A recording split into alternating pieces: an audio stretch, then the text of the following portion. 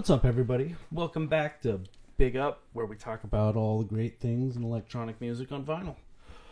And occasionally a detour off that.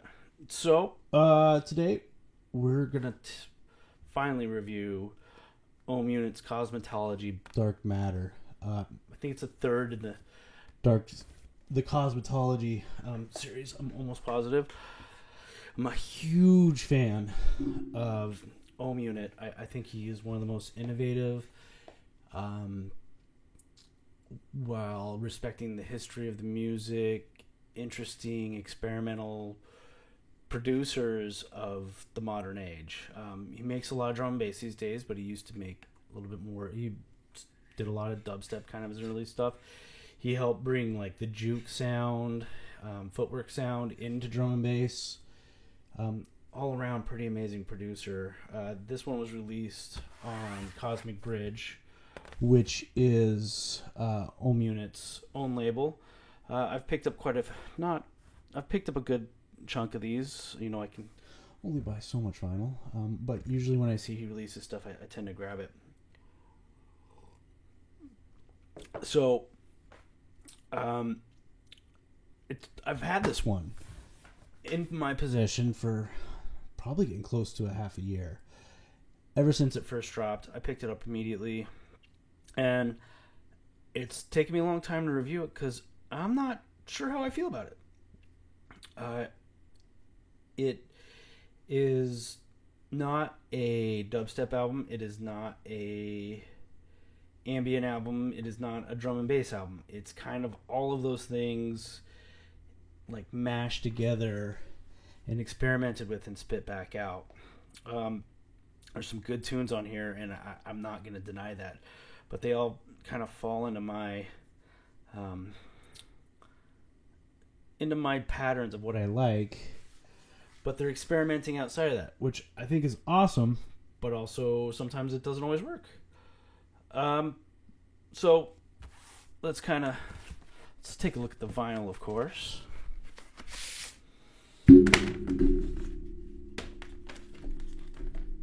We got some really cool art direction, simple lines that create kind of cool 80s geometric PC shapes. I'm sure that they are some sort of mathematical formula that I am completely unaware of.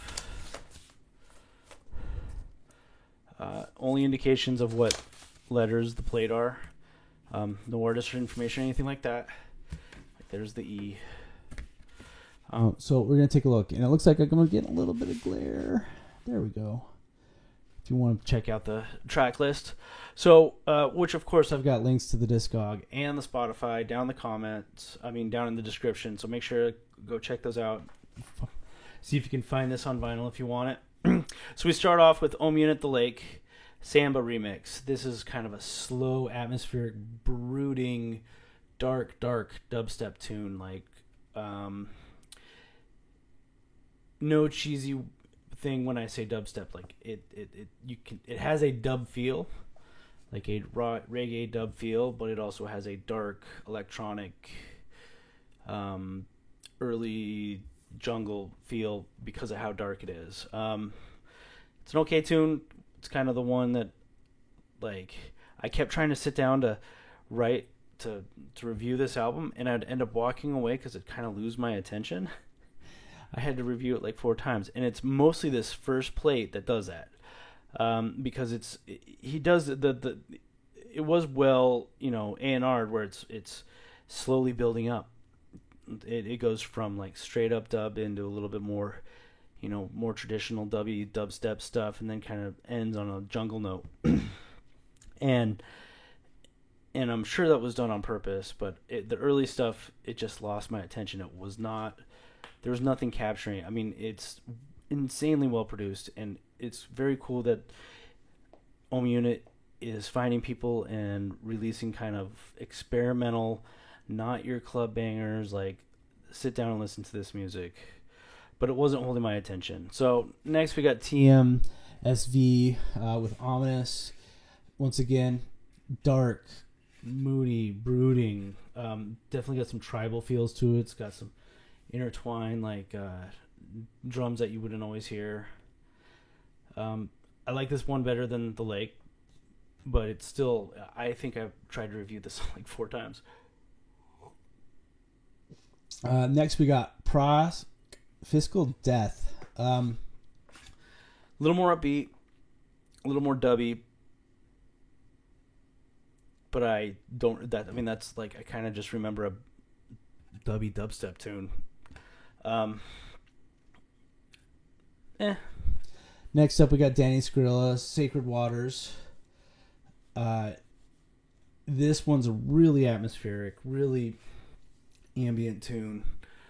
But it does have this really nice, like, phased over itself bass.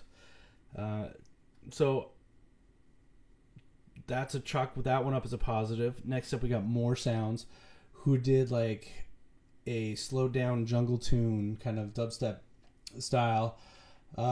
Slowly builds, lots of tension. You know, another one that's got a real tribal feel to it. Pretty good tune. One of my favorites on the album.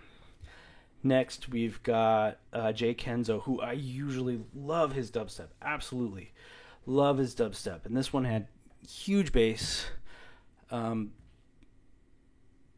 But outside the huge bass, kind of was forgettable. Next up, we got Root Operator, Broken Sky. More tribal feelings. It's definitely building up a little bit.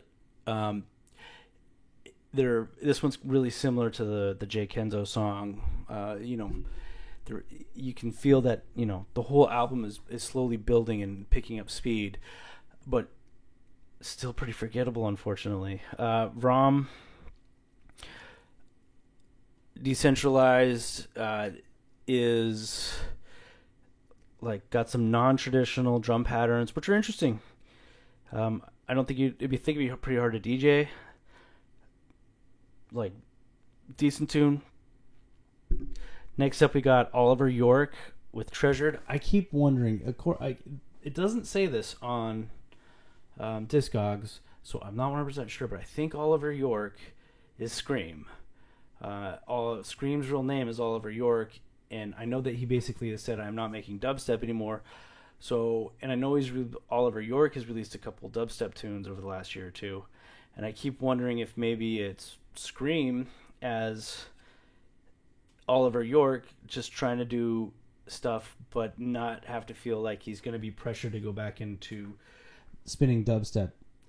I know that he mostly focuses on techno these days, and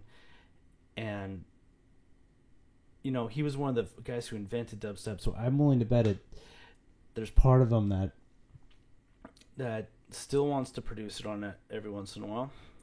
Next up, we got Estero with Floating Point.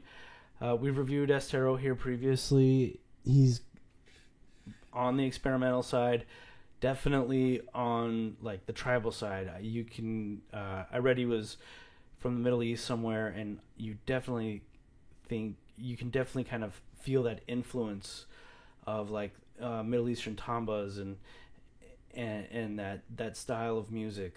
I don't know like what that style of music is called. If you know, leave me a comment because I'd actually be interested. So that's the first 2 plates, and the third plate we've got Marjorie's Kid. I have no idea who that is. I'm sure it's a synonym. Probably the thing that I love about this song the most is it samples James Blake's voice. Very clearly it's James Blake. I mean, I would be amazed if it wasn't James Blake. And then it's got this really subtle reset builds up for it. I like this. This is when I feel like the album started to catch on, is this plate 3.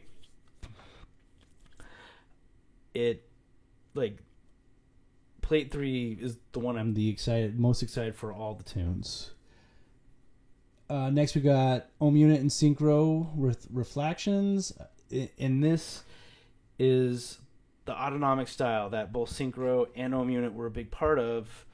Synchro, really big part of like atmospheric drum and bass that's minimal and takes influences from stuff outside of the normal hip-hop, trip-hop kind of world. Lots of synth work. I love this tune. I wouldn't say buy the entire EP just for this one tune, but it's a damn good tune. Ohm Unit and DJ the drum with Ruins, and this is Ohm Unit flexing kind of his Good Looking Records flex. It's a great atmospheric drum bass tune, just super solid work. And then we're ending with Cryptic's Crystallize, which is a modern jungle tune, and in my opinion, it is the best tune on the entire album. I do feel conflicted about this album. I want to like it. I really, really want to like it, but it loses my attention. So I think I'm going to give it 3 dub plates. I would pick this up if I saw it out in the wild. Like, instantly I'd buy this. But it's not a classic. It might be something that leaves my collection eventually. But it definitely has stuff that's worth listening to. I mean, if you're going to pick stuff up in digital, go on Spotify and listen to this. It's well worth your time. But is it worth like almost $30 in US? I don't know. I think that's really up to you. This is definitely a try before you buy album. So if you like what we're doing here, make sure to like, subscribe, comment. Let's talk about this. Did you dig this album? Did you hate it? I know some people love it, but I don't know if it was my cup of tea. Anyways, thank you.